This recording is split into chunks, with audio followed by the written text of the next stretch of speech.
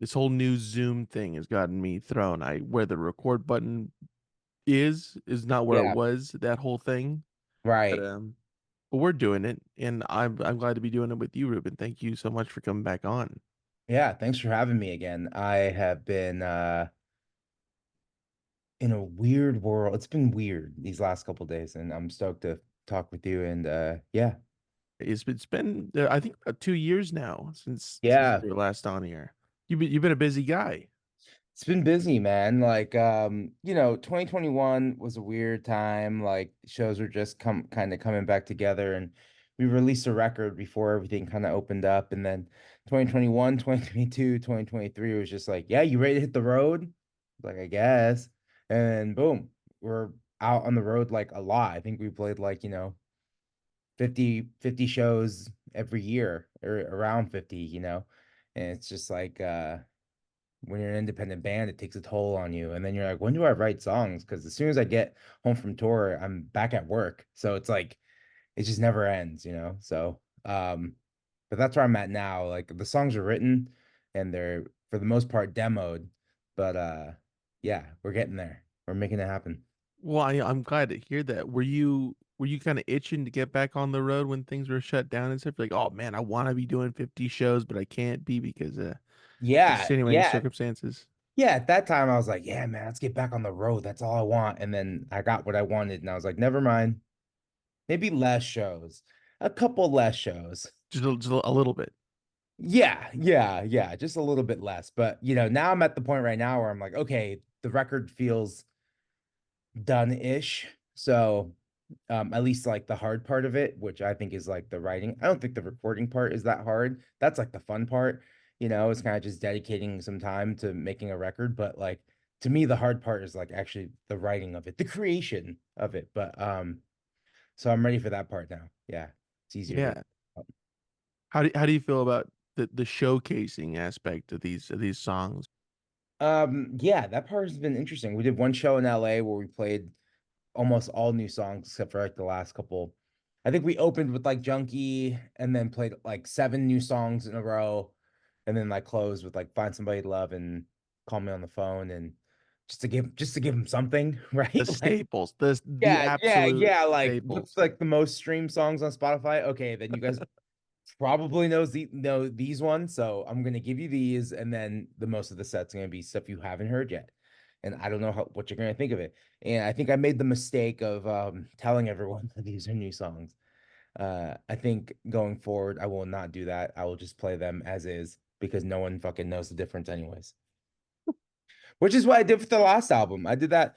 We went on a national tour in 2019 and opening for a band, and I didn't say these are new songs. I just presented them like they were songs and people liked them. They're where can I find these songs? I'm like, oh, they're not out yet. You should have told them they're already out. They've been out. I don't know.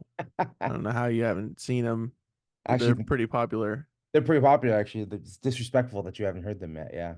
Why would you even show up if you don't know these songs? It's kind of good talking to you. I gotta go. I gotta I, go. I You I made gotta go me talk to real uncomfortable. fans. Yeah, yeah. The day ones. Sure. How do you feel when you go to see somebody live and like, hey, like here's a new song or here's some new songs? Does it kind of give you like a kind of Yeah. Like it weird kind of makes me feeling? think like, oh, here we go. Let me see. Oh, really? Like new songs, huh? Like let's see where your head's at lately. I don't know. It's just I don't know why there seems to be like a little added something when you say these are new songs. People are Hmm. like, okay, I don't know about this one then. No, I think the best thing is just to just play the songs like, you know, don't add anything. Like these are new and we haven't played these before. Yeah, it's like present com Um, present in a confident manner, right? I like that. The hard part, as you say, is done with a new album. How long had you been working on these upcoming songs that are to be released? Some of the songs are from like 2016 that I've kind of like reworked. Some of them are from yeah, 2020, 2021. Maybe they didn't make the last record. Maybe I wrote them right after I like had committed to like these are the 9 songs for mid-century modern. Oh, I just wrote another one, but oh, we don't really have time. It's like that kind of thing. So there's some songs that have like kind of been left over, and then some that I wrote like in December of last year.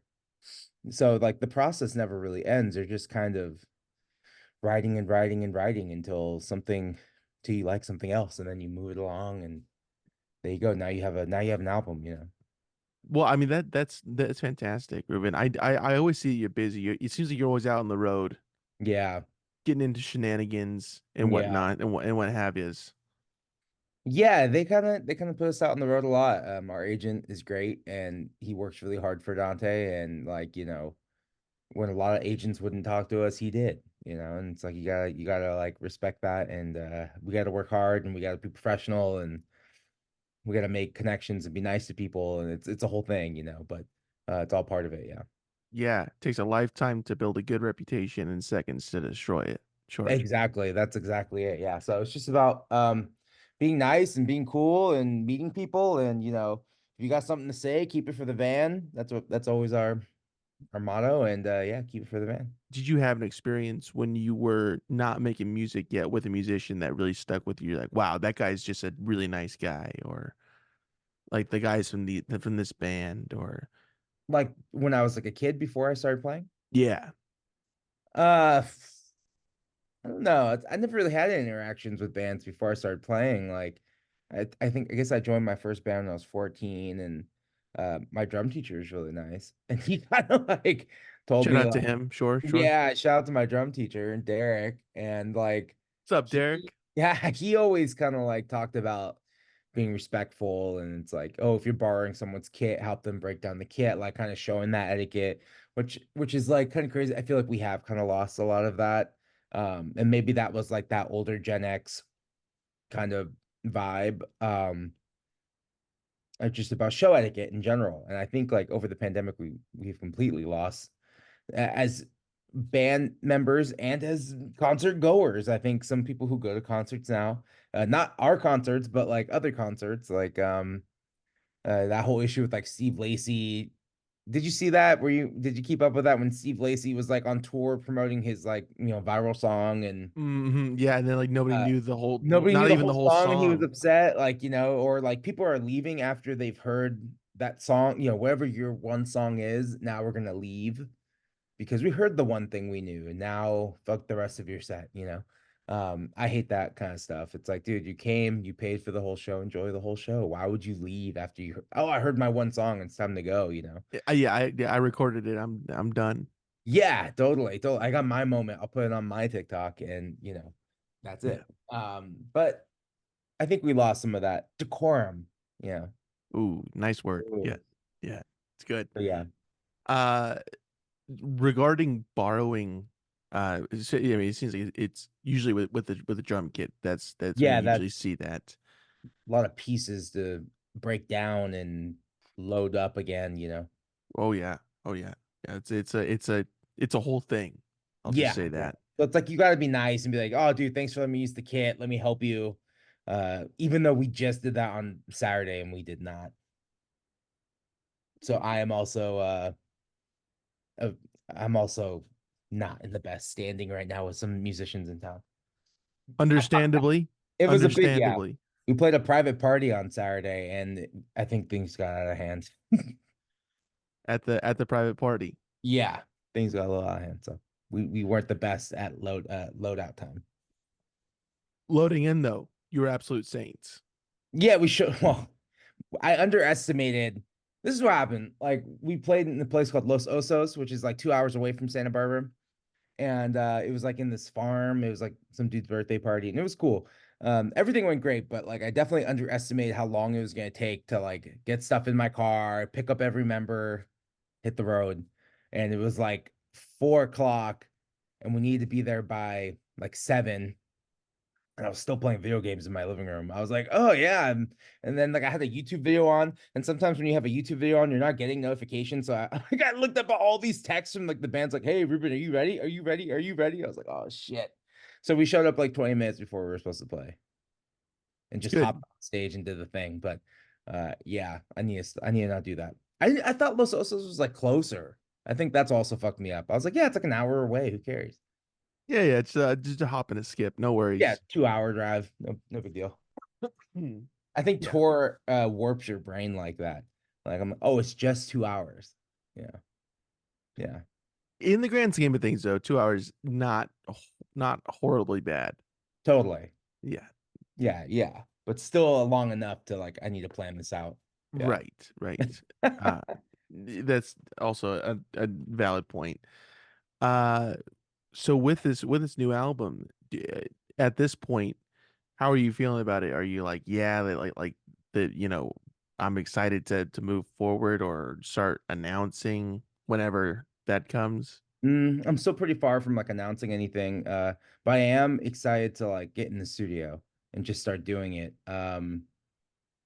I'm excited for that part. I'm excited for a lot of these songs to see how they're gonna change and how they're gonna evolve a little bit because this is like the final stages of evolving. There's the live aspect of it, so we're gonna play a lot of these new songs live at Soho, June 8th. We're playing June 8th at Soho in Santa Barbara. We're gonna play a lot. I think we're gonna play the whole album, uh, mix with some of the older stuff too, because we get, when you headline, you get a longer set. So now we actually have like a time to stretch the set out a bit versus like when you're opening, you're like, well, fuck, we only got 30 minutes. Like, play the hits and maybe squeeze one new song in, to see how people react, right? That's a But big maybe, by the way, yeah, on exactly. that. But we're headlining, so we get to stretch things out a little bit. And yeah, I'm excited to see how those sound live and how they change. And I think I think there's a record with this collection of songs, right? Because it's like a collection of songs. There's like 15 songs I wrote, and they're just kind of like cherry picked. Like, okay, these were I thought were the best ones. Now can I edit even further and be like, okay, this is the album, you know, which is why I think Taylor Swift is not doing. She is not editing down to like, okay, what is the cohesive piece of work here? Um, and I'm not a Taylor Swift hater. I appreciate her. I love her, if anything. But yeah, there's a little bit more editing to be done there. And even I've talked to some Swifties too. They agreed. They're like, yeah, there's an album in there, but it's a 2 hour long thing, Yeah, gotta 36. gotta start trimming some fat Yeah. off the album. Yeah. Hmm. Is it easy to figure out once you're kind of deeper in it that like, oh, this doesn't need to be in there, and this Right. can be, but doesn't have to be, and these sort of necessary cuts can be Yeah. made further down the line? Totally. And like also like, these ones sound the best next to each other. Oh yeah. These ones have a similar vibe and oh, you could throw this one in just because it's so different. And it's like now you're building the experience of like from start to finish. But then I have to remind myself that like no one listens to albums anymore. Albums, nobody does that anymore. Like who is that for?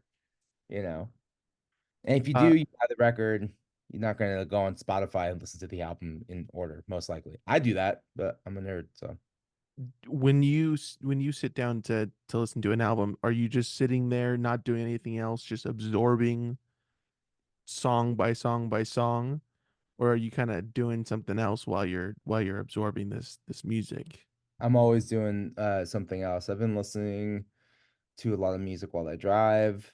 Um, I listen to a lot of music while I'm just like on the computer working, or I listen to a lot of music when I'm at the gym. Weirdly enough, I actually don't listen to music at the gym. I'm sorry. That's like when I don't listen to music. It's like I listen to like a podcast at the gym, which is really weird because that does not hype you up, but it like distracts you from the fact that I'm like lifting weights and running. Like I don't want to think about this. I want to think about something else. Right. I like how you're taking the David Goggins-esque approach to it. You Yeah. know music. Yeah. Yeah. Yeah. What are you gonna do when the music's gone? Who's gonna carry the boats Who's gonna carry the at, boats? at the end of the day? I keep on seeing his book at Barnes and Noble, and I think I just gotta get that because he should stare me dead in the face like, why aren't you buying my book? And I go, man, you're right, David. I think it's Uh, amazing that you live somewhere with a Barnes and Noble. it's in another town. It's in Fullerton, so Oh, okay. you know, I love it when I go to a place and oh my God, they still have a Barnes and Noble here. I prefer it to be another different place, like a smaller store. But hey, Barnes and Noble is fine as well, and we're looking at them for a sponsor. So Okay, good. Yeah, yeah, gotta be nice. Got kiss the ring. Borders Borders was out. Borders said no. Dude, Um, yeah. One surprisingly. my dream gig when I was a kid was playing at Borders in Santa Barbara because that was like, oh yeah, everyone's there, you know. It's a built-in crowd. It really does seem like everybody was there though. Like Yeah, when Borders was around, it everyone was hung out at Borders. that was the place to go. Yeah. That was the place to go. Uh, do you do you see a lot of Barnes and Nobles nowadays, or is it kind of like few and far between? When I was hanging out, when I first started dating my girlfriend, and I would be hanging out in Westlake and Thousand Oaks, that area, I saw them there, and I was like, that's cool.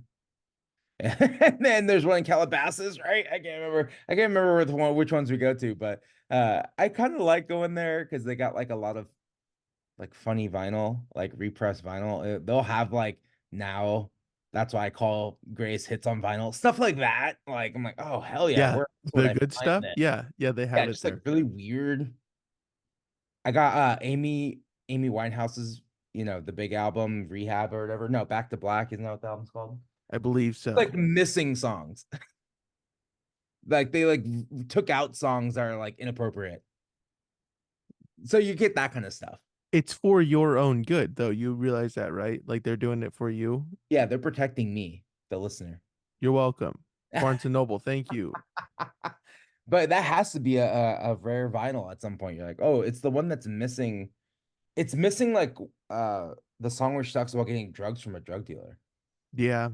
So Uh, yeah, but you don't need that kind of stuff. That's not Barnes and we know Noble's. what she did. Yeah, yeah, So we know, we know. yeah, yeah, we are aware. Are you gonna Um, watch the movie? I don't think so. I didn't really know. I mean, I knew of her, of course. He's a big artist. Big star. I mean, and still talked about now, which is, I mean, that's saying something as well. But no, I don't think so. I've been meaning to watch that new Bob Marley movie though. That's Oh, I just saw come out that. recently. Okay, was it good? It was fine. It was good. Did you watch the Queen movie? It's kind of like that. It's kind of Oh, like okay. this Yes, is I did. fun. Hmm. Not like a great movie, but it's fun. Uh, Real quick, going back to the Barnes and Oh, sure. Nobles albums. When I was there, I saw Vampire Weekend's first album. Okay. Very good album Yeah. in my opinion. Very good songs on there are amazing. Yeah, just a really good album. So I was stoked to see that there. Yeah, that was a big album for me. That was like my senior year of high school. And like I was like getting more serious in the guitar and um I got like the tab book and like yeah, just kind of realized, oh, that sounds more like what I want to do. And so that was kind of like a neat, you know, pinpoint or playbook or like something. You're like, okay, I think I could do something like this. I like that sound. And that was the riffs were really easy to learn. A lot of them were super easy and it was really rhythmic. And I started playing drums first. So from going from drums and playing guitar and like really focusing on rhythm guitar. And that's what a lot of like Ezra did on that first record. So that record was huge for me. That and weirdly enough, Phoenix. I was listening to that first Phoenix album, or I guess like the big one, because I don't think that's technically their first, but that big one was also like fresh out of high school, 2009, and my whole life ahead of me. That was a big Phoenix was very big. Yeah. 2009. Yeah. Oh yeah. Good year for Phoenix. Good year to be fresh out of high school, like just driving around, killing time.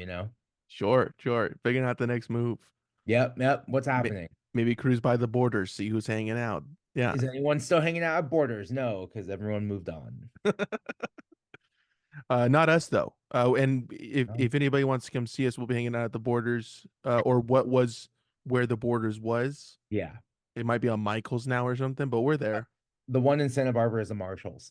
Oh, that was really close. Yeah, Michael's very Marshalls. close. uh, on this point of influential albums or albums that's like really stuck out to you during that early kind of process of making music, what were some Yeah. other ones that really kind of helped shape your taste or how you viewed music early on? Yeah, yeah, that Vampire Weekend record is really big. That Phoenix record is obviously the Strokes. I was just such a big Strokes fan. and while I was in high school when those albums were coming out. And then I don't know, it changed a lot when I got into when we started Dante Elephante. Like one of our favorite bands was Smith Westerns. Do you remember them? No. It was like the guitar player from Whitney. It was his first band. Okay, cool. And no one remembers that. That band was great. And they had like a lot of acclaim, and we would listen to them all the time. And they're Pitchfork Darlings, right? And then Surfer, Then I don't know how I don't know them. I do apologize. oh, go back. Diet Blonde was like the big album, and they were really good. Surfer Blood was also like a huge record for us, 2010-ish. And we would listen to both of those albums like a lot, 2010, 2011. And then like 2012, I don't know. I think I just like checked out of new music. And then I was just like mainly listening to like Orange Juice, The Pastels, Pavement, and like kind of going back and trying to find more music like that. But that's kind of the process. And I love like 50s girl group kind of stuff that like that's what I thought we were making. And they got picked up in the whole surf garage thing, but I always thought it was like girl group pop, right? Is that still your viewpoint now? Um, yeah, that's what I thought we were doing, and then it changed, and then, yeah, I'm glad we're clear in the air now. I about do time. appreciate it. Yeah, this is groundbreaking. This will be a Yeah, good clip. This will be clip worthy, Ruben. that's how I Some think good about things. some good clicks. Um, yeah. So we're like at 2009, 2010 is when you're kind of starting That's to why I started Dante. Yeah, form this thing, and that in also that I mean that and that carried on through college, right? That was when it really started to pick up. yeah. That's 2010, 2011. We were playing a lot of house shows, mainly just house shows, and in Isla Vista by UCSB. And then 2012, I was like, well, we started like towards the end of 2010. It was like the summer. I had met Kevin at my, I had a practice space out there by UCSB, and I put a Craigslist ad out, and I met Kevin, and then we got a drummer, our buddy Tommy, and um, yeah, and then we just had like a rotating cast of bass players, and the school year was over. They all went home for the summer, and I didn't see them for months, and it was just me and Tommy jamming by ourselves. And so 2011, I feel like the band like actually started and was like taking it pretty serious. But 2010 was like we should do this, and what kind of band should it be? And here's a bunch of song ideas, and then we would jam a bunch and think of stuff like I like to look back on that time and just think of like, oh, that was so cool to have all that time to just like, here's a riff. Like, should we be like a heavy band, or should we be like a this kind of band? And and then like when a new band would pop up, you're like, oh, what if we try to do a song like them? And you're like kind of like trying a bunch of different things and see what sticks. And then you finally find your own sound and kind of go with it. And all the while you're just like testing out every aspect of songwriting, like, oh, what if we did a Beatles type of song? What if we did a Strokes type of song? And it's like you're just like sharpening the knife, right? And that was a lot of 2010 and 11. And then 2012, I think that's when we put out the first EP. And it wasn't long until I think like that same year is when we met the dudes from Lollipop, and yeah, everything started to change. Yeah, Shout out to Wyatt Blair and got the White Lollipop. Blair. Yeah, amazing guy. We did a Uh, show with in Ventura, like a show with like no people there, and it was with Adult Books, Froth, and Corners, wow. all bands that don't exist anymore, but love them. Yeah, the fantastic.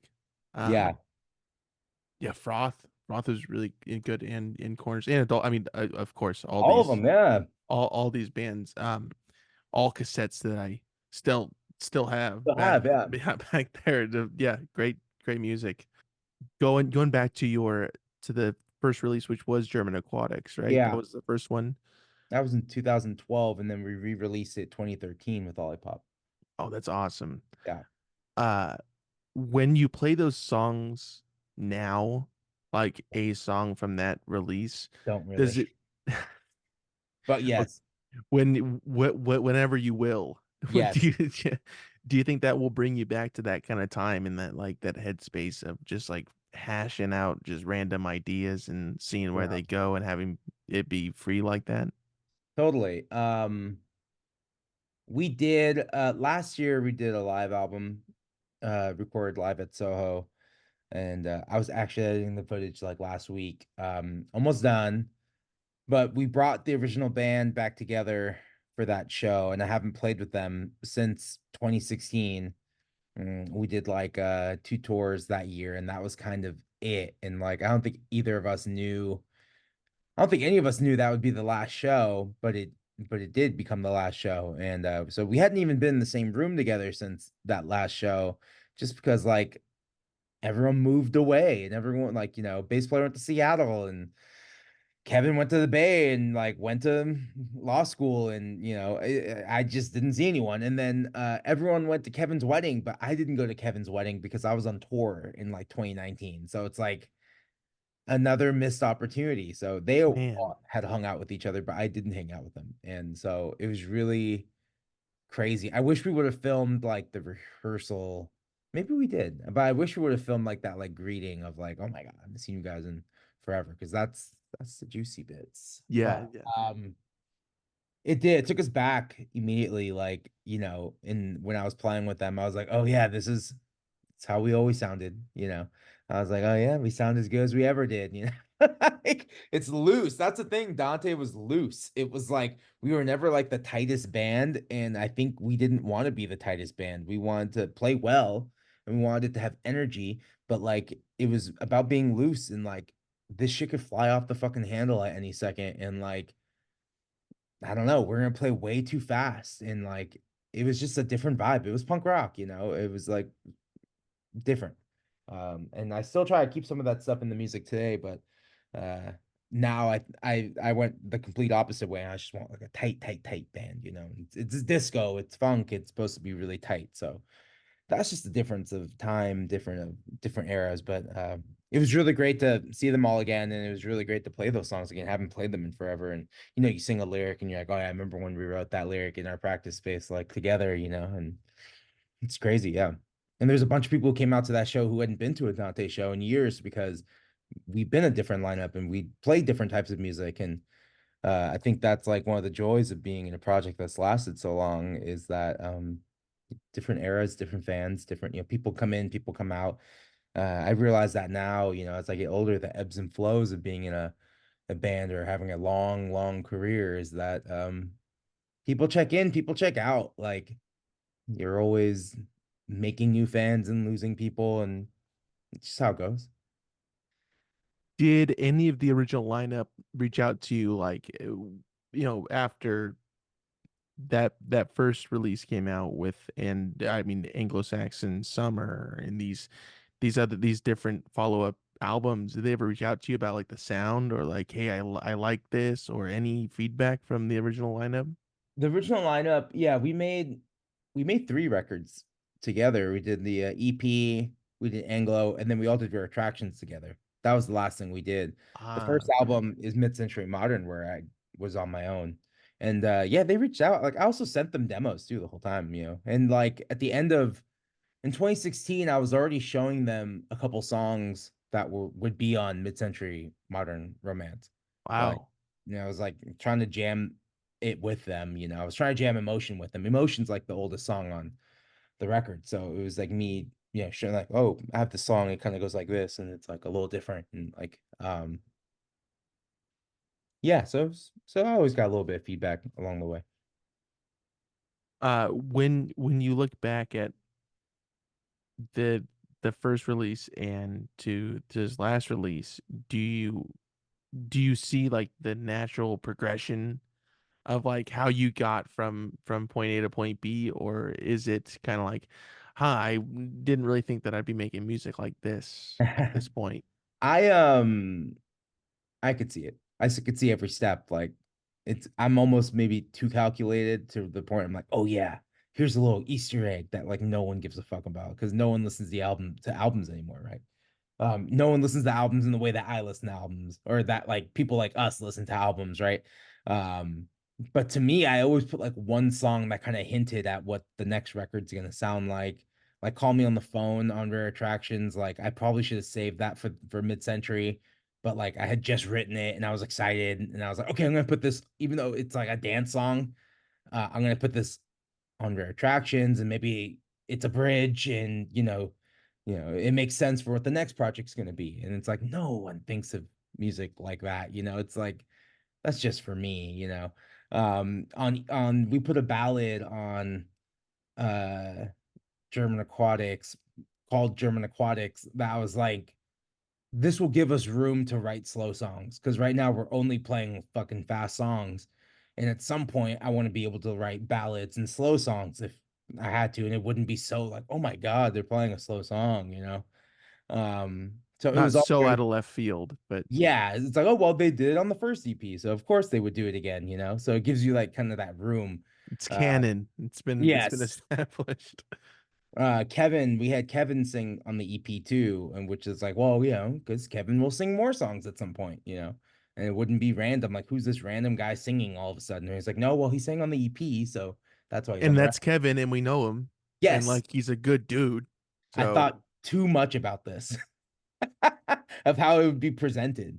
Um, yeah, just giving ourselves the opportunity and ability to do anything we want. yeah, Yeah. was that? I mean, and was that an early kind of viewpoint of it? It's like, oh, this can be whatever. Yeah. That was like us getting in the practice space and be like, should we be heavy? Should we play riffs? Should we do like ska? Should we do like it's like do anything you want. And I still do that. Like this next record's gonna sound different than the previous record. And there should be some elements that are similar, but it's different. Do you feel like for your music that there should be something new on the table with Yeah, every new release? chords or new tones, something different. Like I don't know, I can't keep making the same stuff over and over again. Like I remember showing Kevin a song back in the day, and it was kind of like our EP. He's like, "Yeah, sounds like a classic Dante song." I was like, "I don't like that. I don't like having like like this is the sound. Like I don't believe in having a sound." So I scrapped that song. I just wrote something else and something different. I'm still like that. Yeah. Is there some bands though that does work for them? It's like, yeah, that's that Yeah. sound. Like Um, that's what that's supposed to sound like, and I'm stoked to hear it. Yeah, I think your average consumer loves that. They don't want it to change. It's like the rule of when you have a TikTok that blows up, you have like this skit or this theme that you work on your account. Like you can't change it because now that's what I'm expecting to see when I see one of your videos. Mm. It kind of pigeonholes you and then you're fucking stuck until you run out of ideas or it like we get tired of it and now you have to do something else. I don't really want people to get tired of what I do, so I'm gonna keep doing different things and ultimately it's about myself. So I do have this whole thing is like so self-serving. Being in a band, writing songs, it's all about me, me, me, me. And if people like it, that's okay. But uh it's just me, me, me, me. But it's important that you like it. I'm the one that has to play it. Yeah. Like, you guys are listening and it's great, but like I have to be up there fucking singing it and like being in the moment and like okay, this thing I'm still singing about, like I feel it still. Even if it's about like an ex or whatever, I can at least tap into that emotion of when I felt like that. Because a lot of Anglo and Rare Attractions, that's all about like my ex-partner. And it's like I have to like tap into at least feeling like, oh yeah, I remember when I felt like that. Yeah. It's valid. It's valid. Right. Ruben, I'm telling you that.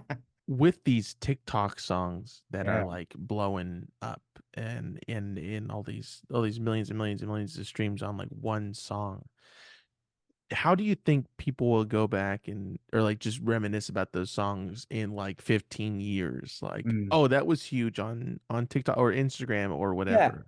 It's already starting. Like I think I played some festival in San Diego a few weeks ago and my little sister asked me, "Oh, who played?" And I was like, "Oh, do you know this artist?" And then she's like, "No." And then I played one of that artist's songs. She's like, "Oh, TikTok song." Like it's just like brushed off now. Oh, TikTok. Yeah, I heard that on TikTok. TikTok song. It's like that. Like now, that's its own category. It's fucking TikTok song. But like, I still believe that TikTok's the greatest thing to happen to independent artists in a very long time. So, Mhm. it's way better than Instagram. It's way better than anything else, giving artists an opportunity to you get that chance to go viral and like have your video pushed out to people. Like I think whatever, if you're a TikTok song, whatever that means, as long as it gets you in the door and you like the rest of my songs, or it gets you to buy a ticket, then I'll take it because I can do my thing at the show. If I get you through the door, I can do my thing and try and make have lifetime fan value, as they call it. That's a marketing term. Uh, I'm there. It's on my uh, resume. hey, I mean, come on now. What are you doing here if not marketing? This is what it's about. This This is is what it. this podcast is about. Dave Ramsey of the music industry. That's what they've Is been that called. that guy that's like, listen, you just need to Stop. start. Yeah. Stop spending money on food I and love that guy. The yeah. guy's I've saved over $2.2 billion.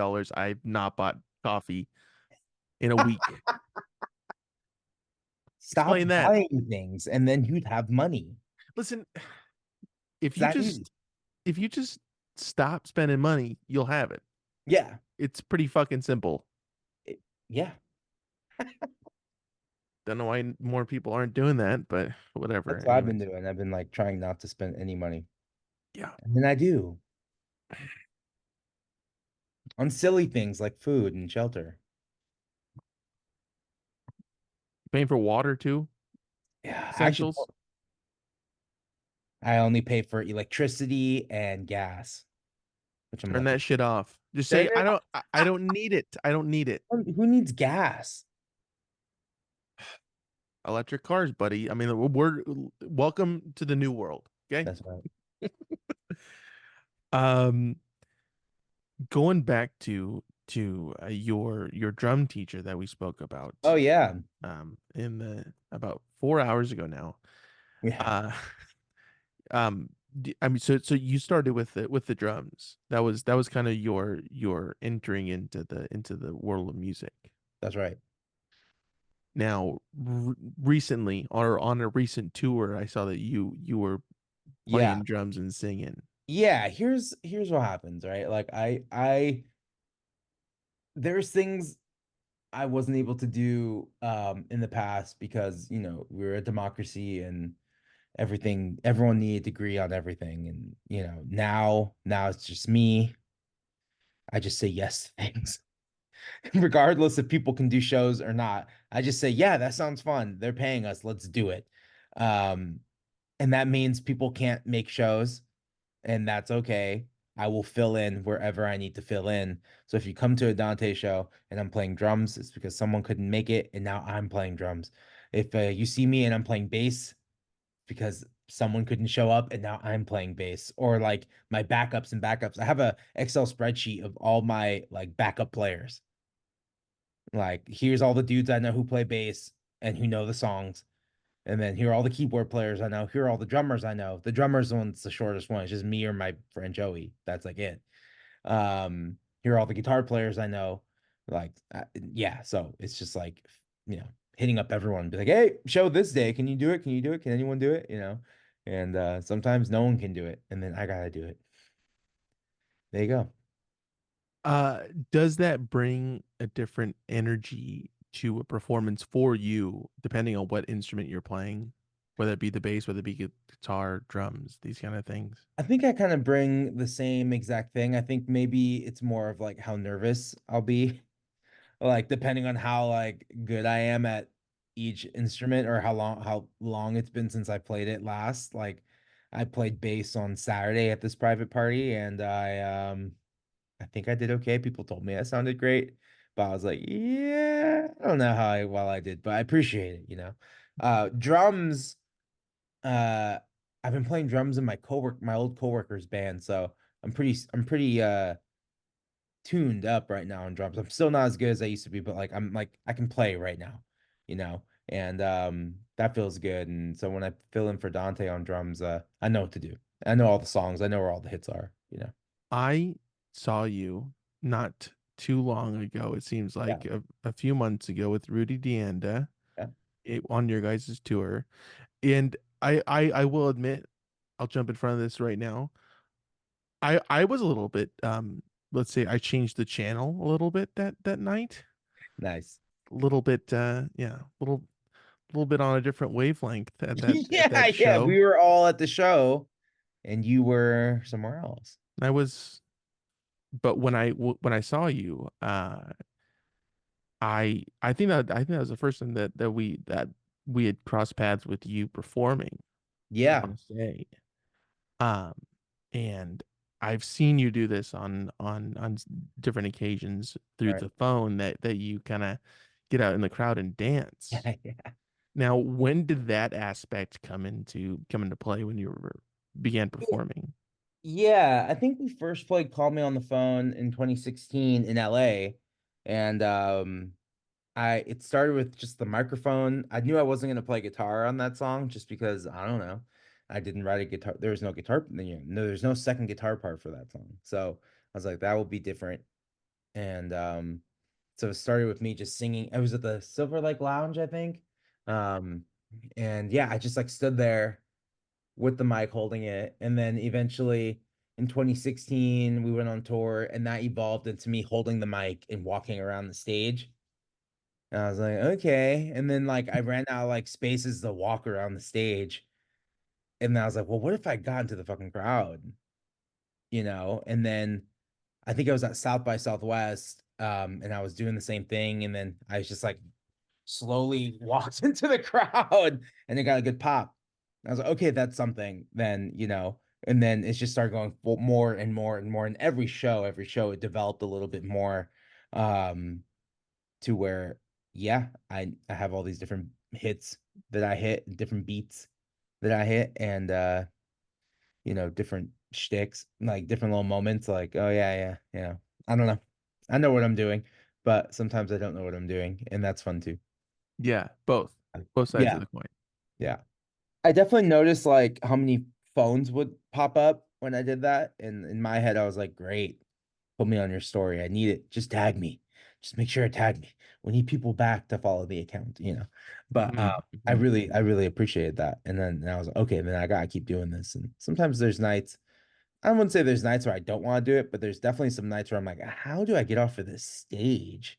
Like if you're playing an old theater, it's like I'm not gonna fucking jump and then boom, I just fucked up my knee or I fucked up my ankle. Like so we opened for Felipe Esparza in LA, and that was like a really big stage. It was like a 7,000 seat theater.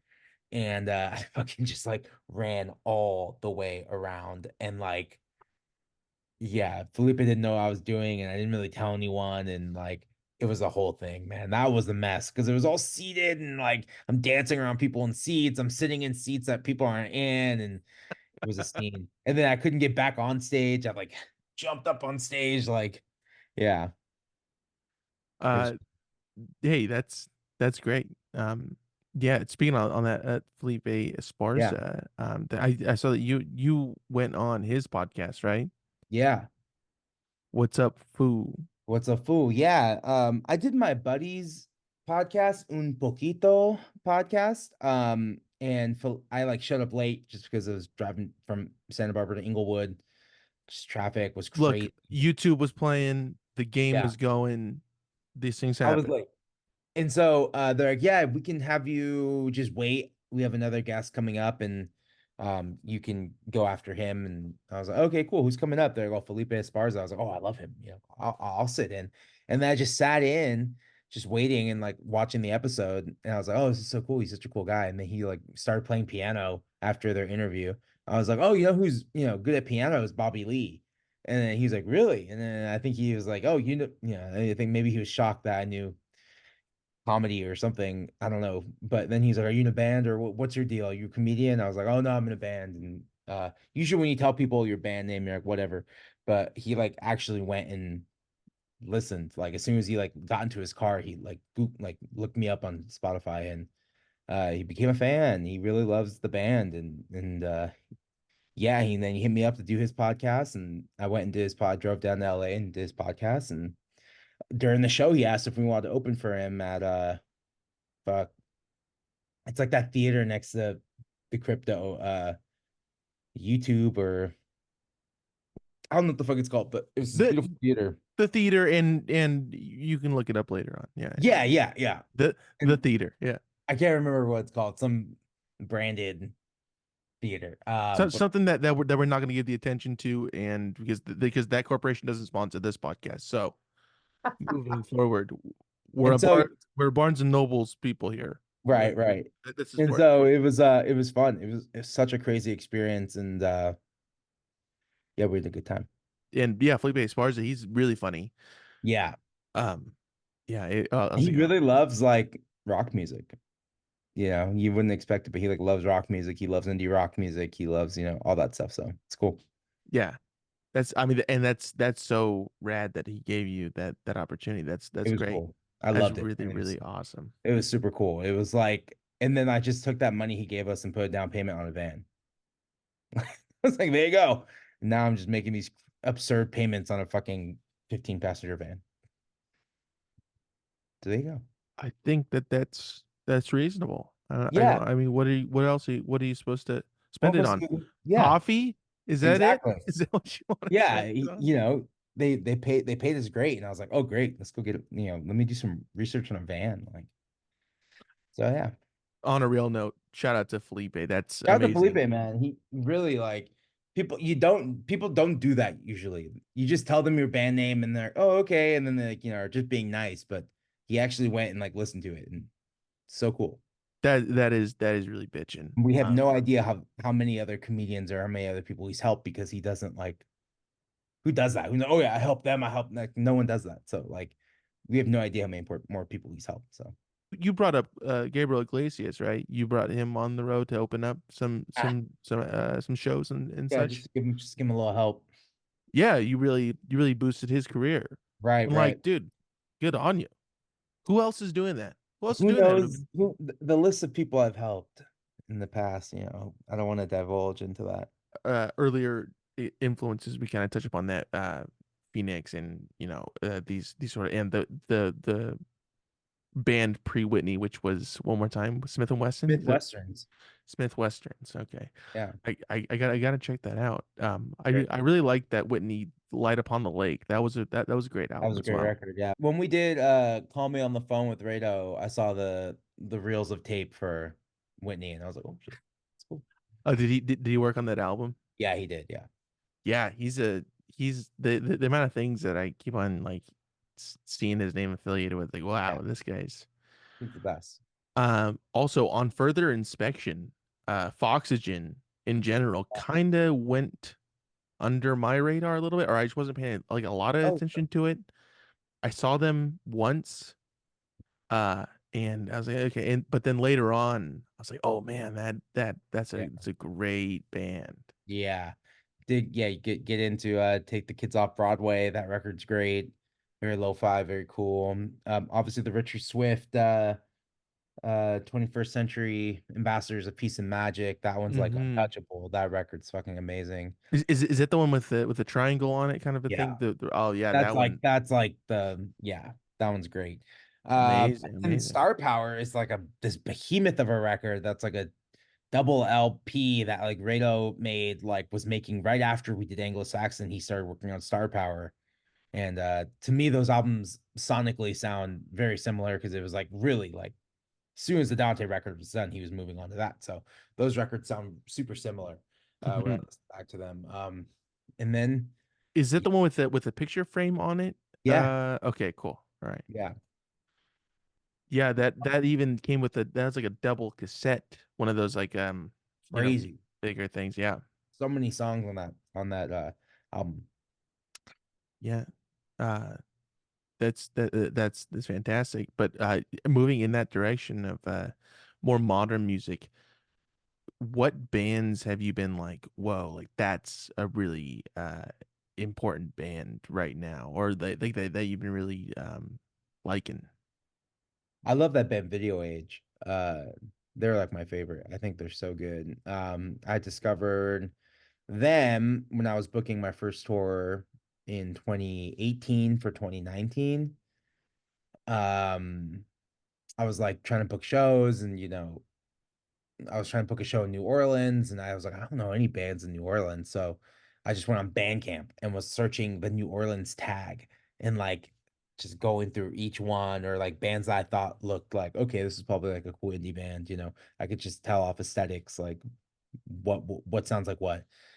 And I came across Video Age that way, and I just like DM'd them immediately, and I was like, oh my God, this is so good. It's like their album had just come out like a few months before, and I was just blown away. I was like, they're so good. So I still think Video Age is one of my favorite bands, and I love Paul Cherry, and I love Oh yeah, yeah. Shout out to yeah, Paul. And if you shout out to haven't Paul listened Cherry. to that episode that he's been in, please go check that out after this one. I Yeah. will. I mean, I know you have, Ruben. I was just speaking to the people who are listening and watching. Uh I know that you commented like nice one, like a star emoji, and I was like, dang, yes, yeah, finally dude, some recognition for this. Paul's great, man. Yeah. What else do we do? Who else I hope I ever listen to? We like Tops. I love that band Tops. Have you listened to them? No, it always seems like, or I'll for a lot of these things, and when people say these bands, I go, I feel like I've like seen like Yeah, a thing, or like maybe they opened up for somebody, right. or Check out Tops. Tops is great. Tops. I don't know. It's a good question. I've been listening to a lot of Steely Dan, like a lot of Steely Dan, Very like contemporary. Yeah. yeah, and a lot of Doobie Brothers, which is like consuming my life in a way. And I think people will hear the next record and be like, "Oh fuck," like like not in a good way. They're like, "Oh God, it's for my dad's music," but like, you know. I'm all about the dads, I was DJing the other night and I was playing Steely Dan. This guy comes up to me and he was like, "You're not playing Steely Dan, are you?" And I was like, "This is Glamour Profession, off Gaucho." And he's like, I'm a screenwriter and I'm writing a Steely Dan movie. I was like, "Oh shit, let's go." And I told him, I was like, what's funny is that, all podcasting is just like allowed me to like talk till my fucking head comes off. But I started talking to him. I was like, I always pictured Steely Dan, the Steely could be a play, with all the characters, Deacon Blues, Peg. He was like, stop right there. It's kind of like that. I was like, oh shit, let's go. So who So knows if that movie will the ever get Steely made Dan movie coming out soon. at some point, Uh, involving character names of the yeah. yeah, including Bard College and these sort of key players. Yeah. I feel like I saw something that like Chevy Chase was drumming with them at some point. I think they had like a pickup jazz trio in school, and Chevy Chase would pop up on drums. As Hmm. Donald says, he had one good beat. With all these bands that are coming out now, Ruben, do you think that we will see bands that are kind of flying under the radar, or kind of underappreciated now, that will be like acclaimed and like, whoa, why didn't we pay attention to these guys in like 20 or 30 years, like the Velvet Underground? There'll always be bands like that. There'll always be these like super talented artists that don't get the push for whatever reason. I think music still has, the most gatekeepers out of almost any, maybe not as much as like the movie industry, but music certainly still has a lot of gatekeepers in it. And you can't progress unless you are, you know, in the limelight, or in that in the right like view, right? Which I don't think is the same for comedians anymore. But definitely if you're an actress too, like how the hell do you get booked on a gig, if you don't already have like a following? I think the movie industry is turning into the music industry really quickly, and it's not going to be fun for those involved, because they're just taking that same they're just taking what the music industry did and how all the money gets, funneled to the top. And even then, there's not that much money to begin with. But whatever money there is made out of music, it's getting funneled to the top, and the musicians are, left with all the expenses, left with everything, and we make very little money. Just because one, there's not a whole lot of money to begin with. Two, yeah, agents and stuff. I love agent. Everyone deserves to get paid, but they're not getting paid off our what is it, off our net. They're getting paid off our gross, right? Um, so we still have all these expenses, and it's like, yeah, oh yeah, I'm making 50 grand on this tour. Say someone for us who's like small band, uh, we're not gonna make 50 grand. Like we're not making close to 50 grand, but I still have to give you 10% of 50 grand. Like, Right. you know, Right. which is a big part of my expense. It's like, which is like 5 grand, at the end of a Mhm. tour or something. So it's just weird. But aside from that, yeah, there will always be bands that are gonna get overlooked, and then there's gonna be bands that are getting too much love, and you don't understand why. And I think the most important thing is, like in my experience, just who cares? Just keep playing. I was talking to some dude at that private party on Saturday, and he was like, any advice you'd give to like a musician, and I was like, oh, just have fun, do it for yourself, blah, blah, blah. He's like, oh, for you, like, do you have like, I just heard your band sound. Do you guys have like a lot of followers? Like, I was like, I don't know. He's like a lot, but no, like a lot or like a little. How do you, I'm like, I was like, step one, stop caring about that shit. Like, fuck that.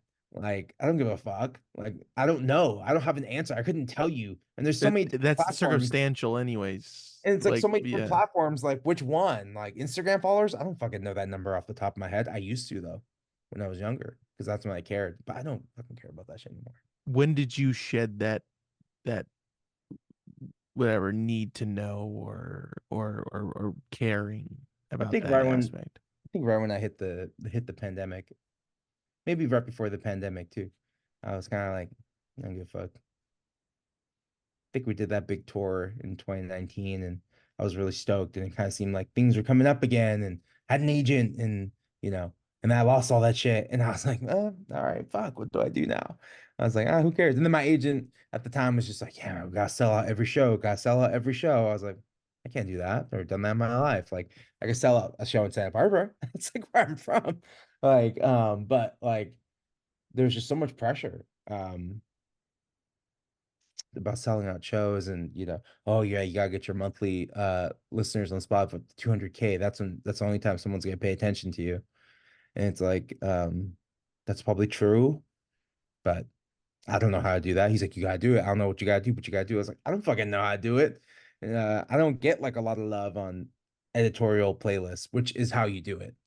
Because I have finally gotten the editorial playlist, and it like shot my numbers up. I was like, oh my God, that's all it is. And it's like, and that's why everyone's fighting so much for these playlists, because they will change. They could change the life of your song. It's pretty crazy. But also, it's insane that the agent wouldn't think it's like, yeah, if I knew how to do that, it would have I already would have been done done it. by now, Yeah, right? it'd be What? done by now. Oh, I never thought about that. That's what I have to do. Oh, that's Oh, easy. 200K a month. Got it. You got it, man. You should have said something earlier. Yeah, no worries. Yeah. Yeah. Oh, and selling out shows. Shit, man. Okay, I better do that. Ooh, hey, you should write that down, by the way. Yeah, I'm gonna, sellout shows. I just got a call. Um, this is Abel calling from Karina. Oh, I'm calling you with an update on eyeglasses for Ruben. I wanted that we sent a special frame to the lab and sent. Oh, good. My new frames are coming in. they're the Rockstar edition, right? They are the same exact ones. In typical tourist fashion, I was like, she's like, do you want to take a look and see what frames you want? I was like, I think I know what I want. Dang, you're just like, I know, Yeah. I know my size, I know my fit. I know we're good. We're Yeah. all good. These ones are kind of fucked up. Like they're kind of like not doing the thing anymore. I broke Right. them. So just been chilling. But they look good. They look good from here, Ruben. Yeah, they're I holding just it. yeah. Is there anything else that you like, any article of clothing or accessories that you're like, I'm good. I know where I stand on these, like these shoes or these pants. Like I don't need to try them on. Just give me this size and I'm good. Dude, I'm actually wearing them now. They're these like cotton big dog shorts. And I bought like two of them the other day because they had discontinued them on the website. Ooh. And I had been wearing this one pair that's just so beat up because I got them like years ago. And then they brought them back for this summer. And I was like, oh hell yeah, with an updated logo. And my girlfriend fucking hates when I wear these things, but I wear them every day. And I was wearing them on stage a lot too. I look like I really look like I don't give a fuck about anything. Which is kind of true. But I stopped. Because big dogs don't have to care about that kind of shit, right? That's right. Yeah. Move along, you know? Yeah. That kind of energy, right? Come on. Actually, if you go on bigdogs.com and like, oh my God, like everyone's like, I've thrifted this cool like vintage big dog shirt. They have all the prints online. You don't have to actually thrift any big dog shirt. Like they have every design they've ever made available online, which is insane. Like some of them that are like so outdated. I bought one that was like a big dog surfing on the web. It's like clearly from like 1999 or something like that. Like they have everything online. So Prime time to be surfing on the web. that's No, my no one plug says for that Big Dog. anymore. No one No, ever says that anymore. that's how I knew that design was old. I should The, share my screen. I got the Big Dog website up right now. No. shout out to Big Dog. Yeah. Ruben, you've been supporting him forever. So Big Dog, if you want to help sponsor the next tour, Big Dog and New Balances. Those are like my brands. New Balances. Okay, cool. Cool. Yeah. I have a pair of New Balances. I like them. They're awesome. Yeah. I stumble a little bit and they go, "Are you okay?" I go, "See the shoes? Did you? I'm fine. I'm You're not gonna fall solid. over. I'm good. Yeah. I'm on a Yeah. New Balance. You wouldn't even get it. I'm on some New Balance. I love Um, the shoe. yeah, New Balance, fantastic, fantastic sneakers. Wrapping it up here with you, Ruben. Yeah, let's wrap it up. I gotta call this eye doctor back and You gotta call the eye doctor back. You got big dog stuff to do. yeah, it's true. You're a busy man, and I understand that. Tuesday. Hey, come on, yeah, it's time to get moving here. Yeah. Um, are you always thinking about music? Is it always kind of in your mind somewhere? Maybe Yeah. not in the forefront, but always. Yeah. We were playing San Diego and I was talking to my manager who was there and I was just like, oh great, I can have like a meeting here. Like in the middle of this festival. And then like my buddy was like, you could turn it off. And I was like, I can't, dude. I can't turn it off. All I think about is playing music. And then once I'm done playing music, can we talk about what's happening with my career, please?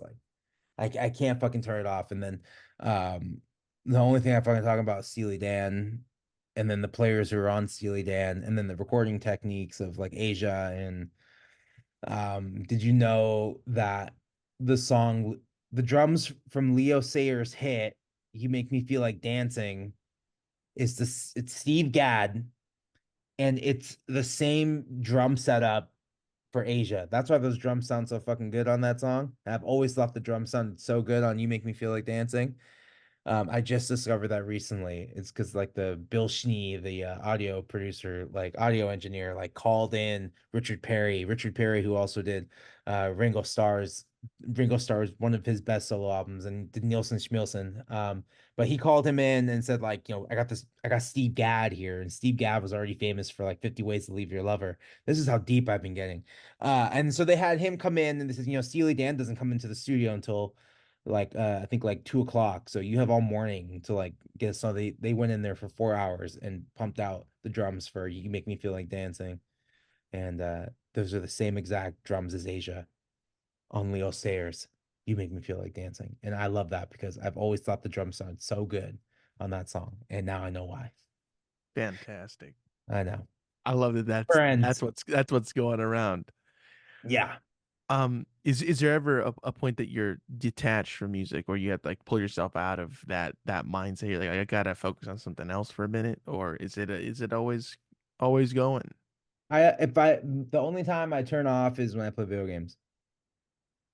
I'll Because play like then Madden. then you're in the zone. I'm in the zone. And if I'm So, watching, once it's football season too, then that's like the only time I don't talk about music is when I talk about football. okay, Yeah. one of the two. Yeah. My whole life. I can't control the football though. So it's like, it's a really nice release. Yeah. what are you gonna do? This is your life, Ruben. You got to live it the way that you want to live it, man. Yeah, And I can hey, only control that's the music, right? So that's what I do. now you are getting drafted to a team at some point, right? At some When point, the yeah. season starts. We'll see. I'm just gonna show up at training camp and see if they let me hop on the field. Season starts. So just preemptively, if the season starts and you're drafted, it's like kind of sorry we're not going to be touring so much. Yeah, if I make the team, if I make a professional team at the age of 34, then I would yeah have to put touring for a pause during the fall season. Please understand that. What's what team would you want? Are you I gunning would for right I now? would be on the Dallas Cowboys. That's the only team I care about. I Mhm. like football, but I love the Cowboys. Okay. That's my motto. Well, yeehaw. All Yeehaw. right. Uh, I'll be in Ruben, Dallas this summer. No, I will actually be in Dallas this summer. But yeah, playing, obviously. playing Yes. show. So come out to a game. Come Come out out to a to a game. game, come out to a show and Want to a show? just have a good time. That's right. Um, Ruben, thank you so much for coming back on here, man. I Thanks, man. really appreciate you.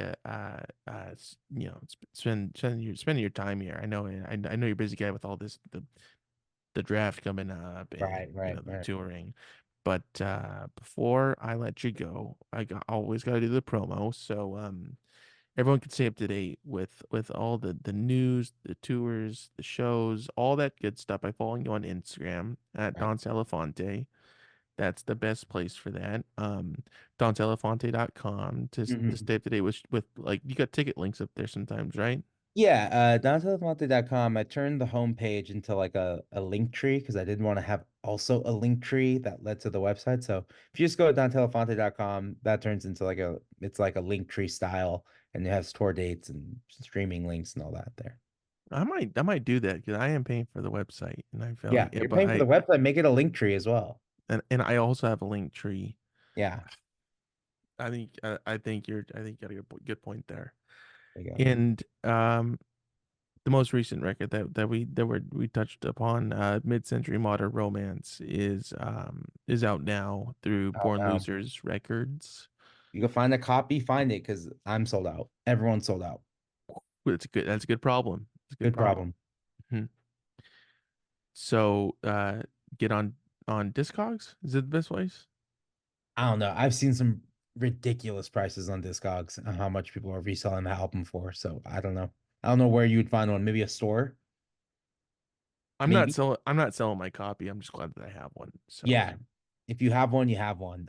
But I don't know if there's plans to make any more either. So this is where the price of the aftermarket really skyrockets now is when it's all gone. And yeah. so keep an eye out for that and pick it up if you can. Yeah. If you can get your hands on one, hold it tight and don't let that go. And DanteElephante.bandcamp.com for all the digital stuff to go purchase that. Now, in regards to that, what is the best way that people can go support you right now, Come to a show, Ruben? buy a ticket. That's always the best way. Come to a show. My last agent said I have to sell out every show. Okay, so and we're not gonna make fools of him. So what we need you to do is even if you can't even come to the show, just buy the ticket. Buy the ticket. Buy the ticket, take the ride. Not to quote you on your That's own right. thing. That's yeah. That's from the song Santa Barbara. Um yeah, so come out to a show Yeah. and new stuff in the works, so keep an eye Yep. out for that. And again, by following you on Instagram at Dante Elephante, all the good stuff is there. And real quick, the podcast. Yeah. I'm filming an episode today, so I'm driving down to LA right Ooh, after this to film perfect. an episode. Ruben, thank you so much. I'm gonna stop recording this. I'll talk to you in a minute, okay? Cool. Sounds good. Thank you, sir.